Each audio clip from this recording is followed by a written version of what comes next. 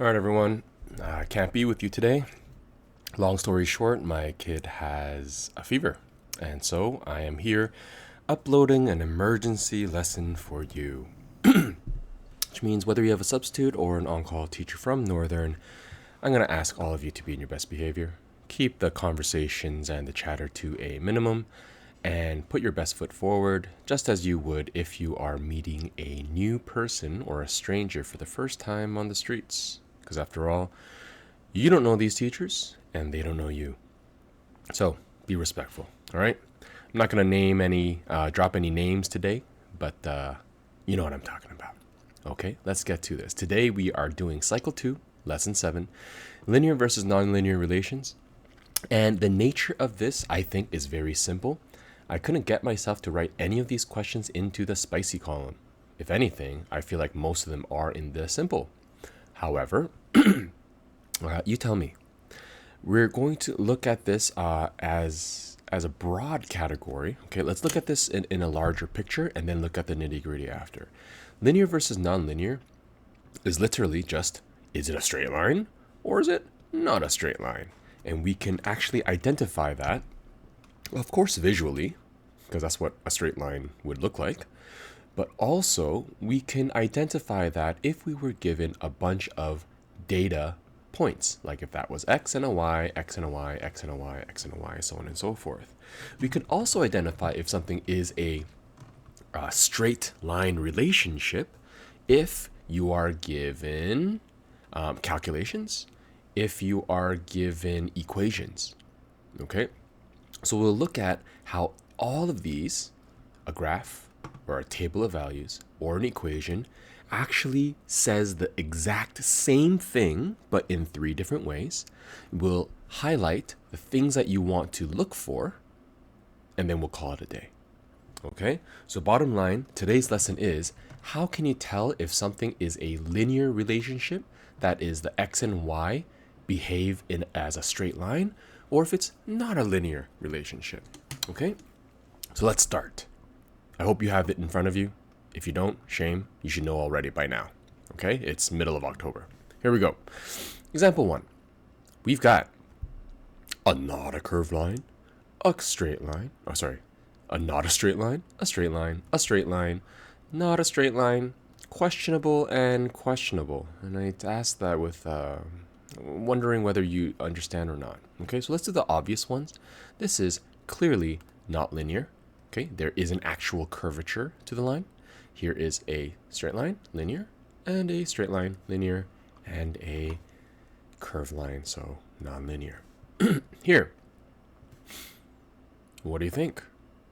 Okay, if I was with you, I would ask, who here thinks this counts as quote unquote a straight line? Which of you thinks that this doesn't count as quote unquote a straight line?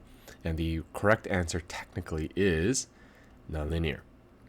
Okay, I know it seems a little bit weird, but yes, this is very straight, and yes, this is very straight, but together they are not straight. One argument is, yes, you have a meter stick that goes like this, and you have a meter stick that goes like this. However, if you have a meter stick that is straight, you would have to karate chop that, okay, and break it in half for it to turn into that. Another way I can argue is a hockey stick. If you take a hockey stick and you know there is a straight portion and there is a straight portion, would you say the hockey stick in total is straight? No, of course not. And hence, I am right and everyone else is wrong. Ha ha ha. Just kidding. Moving on. How about a vertical line? This is a little bit special. Yes, the line is straight, but something like this actually doesn't quite count. Some teachers might actually say, yeah, it's technically a straight line, that's fine. But under the definition in which I am going to give you, it needs something called a slope, or a correct and I guess a legal rate of change, which we'll talk about in 2.8 and 2.9. So here, put a little star next to it. I'm going to say this is actually nonlinear. And again, some people in this world might say Mr. Kim is wrong, but I'm going to hold to that because our grade 9 definition of what a linear function is not obeyed here. All right, so just put a little star next to that. I'm not going to give you a question like this on a quiz, more or less. Okay. Okay, let's do this. Here we go. Another way you can identify if a relationship between x and y, or the independent and the dependent variable, is linear or not is if you calculate something. Okay, so let's go about this and fill this table, and then I'm going to show you what that would look like as a graph, and then we're going to turn that into a easy relationship that we can do without graphing. Right? If you didn't know, the whole goal for all of these different ways of identifying linear is so that you don't have to graph every single time, or you don't have to stick to one method. You can look for clues in many different ways. So here we go. Perimeter, I have 1, 2, 3, 4. So if assuming each side is 1 unit, all 4 together is 4 units. 1, 2, 3, 4, 5, 6, 7, and 8. 8 units. So frame number 2 has 8 as its perimeter. 1, 2, 3, 4, 5, 6, 7, 8, 9, 10, 11, 12. Here is 12. Let's go. 1, 2, 3, 4. 1, 2, 3, 4. So 8, 9, 10, 11, 12, 13, 14, 15, 16. 16. Is there a pattern? I hope you see it. Every single time we add 1 frame or increase by 1 in the x variable, I am increasing the y variable by 4. So if this pattern keeps up, I increase by 1, I increase by 1, it makes sense that you would assume or guess or estimate that it would increase by 4 again. Complete the table of values for each perimeter here, and then we're going to graph it. All right. Next, let's talk about area. In other words, we're counting squares. Area, this is 1 times 1, so it's 1 squared. Frame 1 is an area of 1. Area of 1, an area of 1, and an area of 1. Together, there's an area of 3. 1, 2, 3, 4, 5, 6. And then 1, 2, 3, 4, 5, 6, 7, 8, 9, 10. So as the number of frames increase by 1, in other words, the independent variable increases by 1 every single time. Here, I'm increasing by 2, then by 3, then by 4. And so the estimate, or the inference, the guess that you're making is that it's going to increase by 5 next time. If I were to graph this, 1, 2, 3, 4, 5, 4, 8, 12, 16, 20. I see that my line is missing something. Let's do that. Well, frame 1, I've got 4. Frame 2, I've got 8. Frame 3, I've got 12. Frame 4, I have 16. Frame 5, I have 20. And you know what? I can extrapolate. I bet if I had 0 frames, in other words, 0 squares, I would have 0 perimeter. And if I had 6 squares, I would have 24 as my perimeter. Anyways, I am digressing. That will be what I am looking at. Right? Because this doesn't actually exist. Next, for this graph, for area, 1 means I have 1.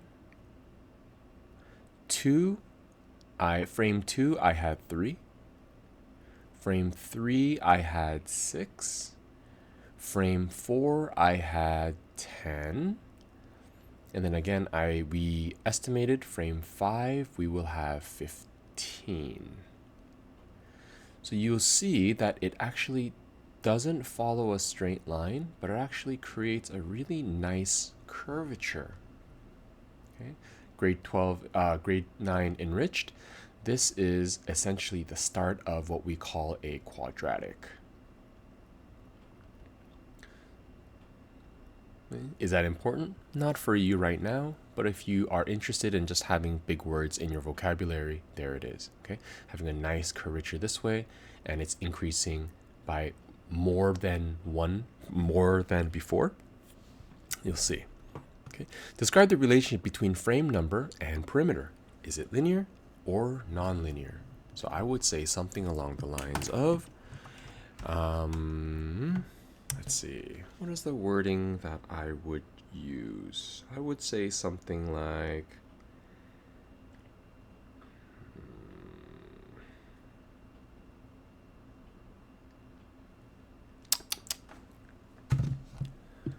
when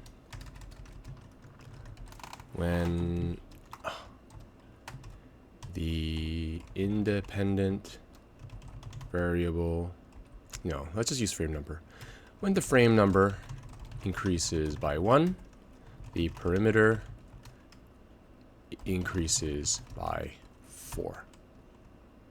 Okay, it is constant. It is a linear relationship.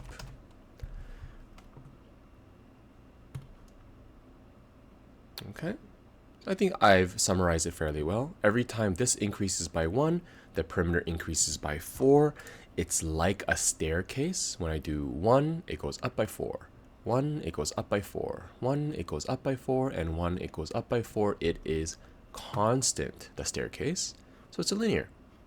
Here, if I draw the same sort of analogy of a staircase, I go up by 2. The next one I go up by 3. The next one I go up by 4. The next one I go up by 5. And the next one I should go up by 6. Right? So here, what's the relationship? When the frame number increases by 1, the area increases by 1 more than the previous increase. I think that's the best way. So it's like increases by 2, then 3, then 4, etc. Okay, in other words, it's not constant. So I would say it is a non-linear relationship.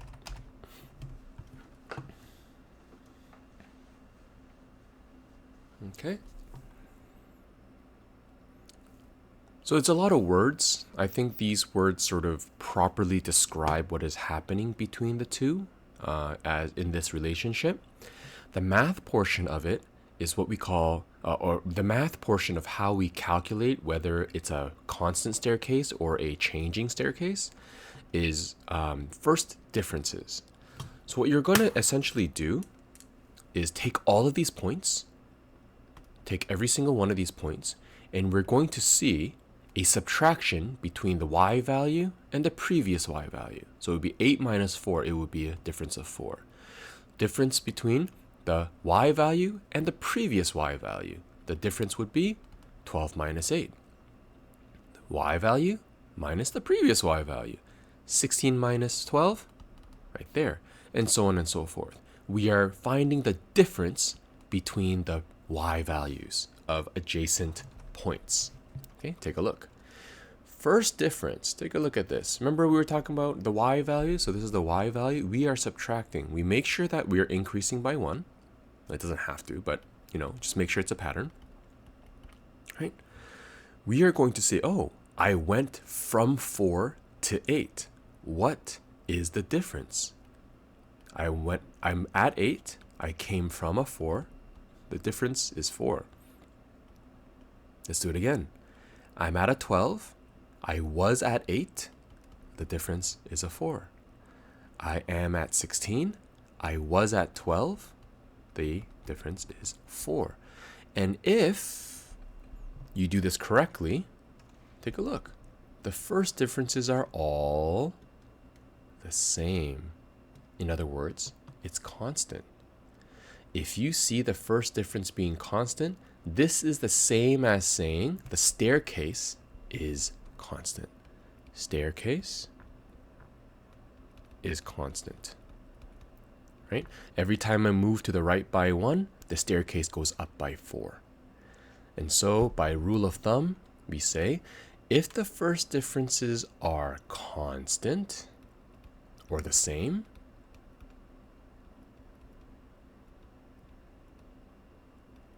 the relation is linear. And the opposite is also true. If the first differences are not constant, then the relation is nonlinear. So rule of thumb, if I happen to give you a chart instead of a graph, you can still figure out if it's linear by doing a subtraction. So what do you expect for the area?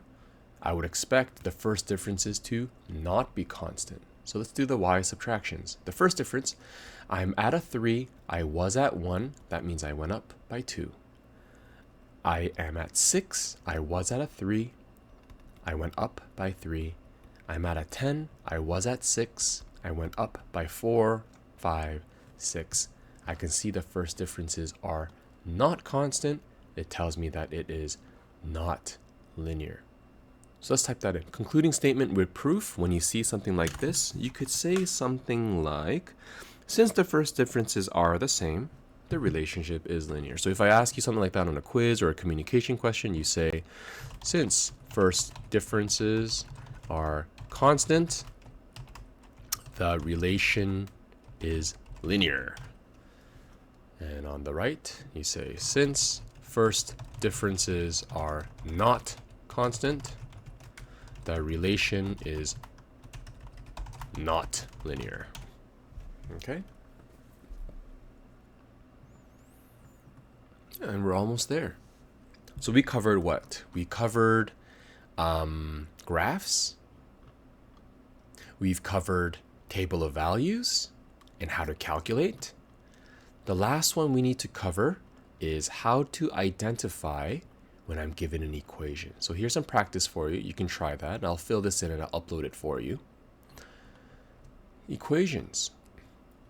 How do we know if a relationship is linear if you don't have a graph, you don't have a table of values, but you're actually given an equation with the independent variable and the dependent variable inside it? Okay, very quick and dirty. You take a look at the exponent of the x variable, and you're looking for a 1. If it is anything other than a 1, it will create something different. It can create something different. It can create something different. If it's something like even a square root, you can create something different. Okay? If there's some kind of weird fraction with x in the bottom, it can create something different. So I think I've beating a dead horse here. Look for an exponent of 1. Okay? So the degree of a linear equation must always be 1. The degree of a linear, in other words, the exponent of x. This means that the greatest exponent you should see in the equation will be 1. So here, there's a 1. Circle which of the following equations represents a linear relation.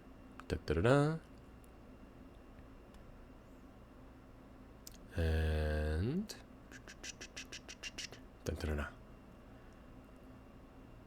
okay, I don't care if it's a fraction. I don't care if there are decimals. I only take a look at the variable and check the exponent or the degree. Let's use proper words, the degree. Here, it's very obvious. The largest degree I see on the x is a 2. This is not linear. Here, it may appear that the exponent is a 1. However, this entire binomial of x minus 2 is inside this bracket that will be squared. So if I were to do not distributive property, I'll just write this out. Okay, not distributive property yet. If I were to take my time and multiply this, what happens? You don't know this yet, or you might, but we never officially learned it. But every single term inside one bracket gets a chance to dance with every single term in the other bracket. So that means x is going to multiply with the x, It also gets a chance to multiply with the 2. This negative 2 gets a chance to multiply with the negative 2 and gets a chance to multiply with the, multiply with the x and the negative 2. So without going too much into detail, x times x, at some point I am going to create an x squared. I don't care about the rest.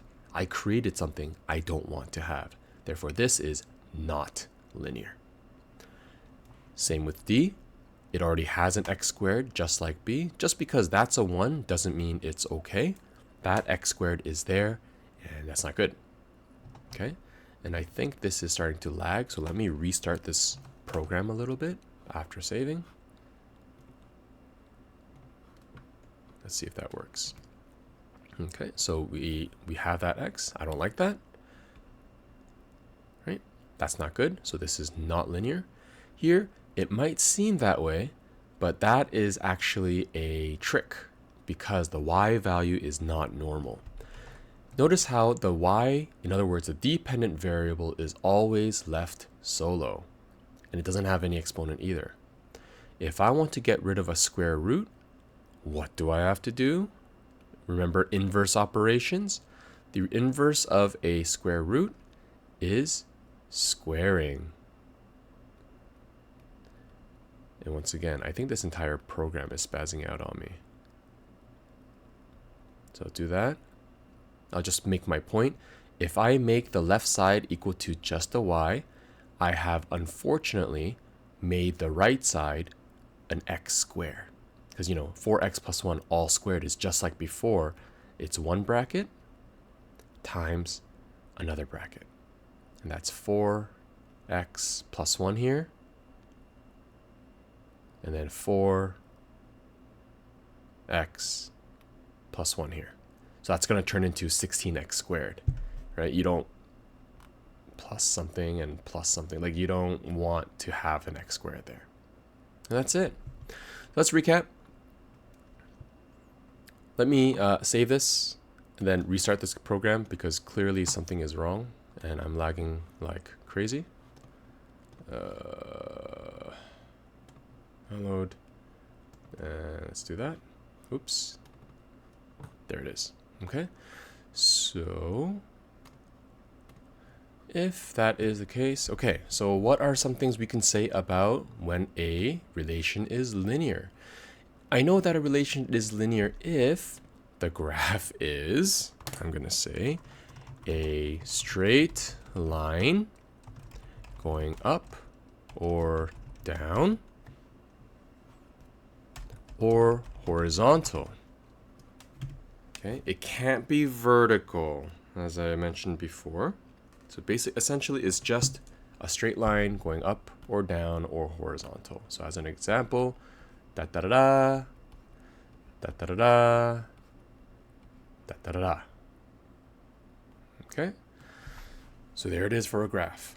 The first differences in a table of values are constant, which means the same. And lastly, the highest degree of the equation is 1. Okay, the degree of both x and y should be 1. Just as, remember I mentioned that this weird one, right? They both have to be a 1. So in contrast, everything here is going to be changed when we talk about a nonlinear. If I know a relation is nonlinear, that means the graph must be just not a straight line. Not a straight line. Or vertical. Okay, I'm going to say that just because I know you can handle it. So here's an example of not a straight line. Here's an example of not a straight line. And here's an example of a straight line that does not count, a perfect vertical. Next, the first differences in a table of values are not constant. In other words, not the same. And lastly, The degree of the equation is not 1. It could literally be anything. It could be a 2, 3, 4, 5. It could be infinity. It could be a fraction. It could be y equals x to the power of half if you wanted to. It could be y equals x to the power of negative 9. It doesn't matter. As long as it's not a 1, I know it's not linear. That's it. Okay? But again, do you have to worry about that? No. Typically, it's just y. I could have x squared plus 5x plus 6, and I still know it is not going to be linear. Okay? So again, you might think this is super boring, or just, is this it? It's way too simple. Yeah, it is sort of simple, right? The only complicated part is remembering how to subtract to get first difference. Where are you right now? And what were you before? Subtract the numbers accordingly so you don't accidentally get a negative 4 instead of a positive 4, right? Sometimes you can get negatives, but you just have to remember it's always the one number subtracted by the previous number. Just remember that as your golden rule. Okay, hope that helps. Please make sure you finish. These questions are very simple to do, so please do questions 1, 2, 3, 4 before you leave today. And don't give the substitute teacher a hard time. Okay? Hope you'll do well, suffer well, and we will see you tomorrow.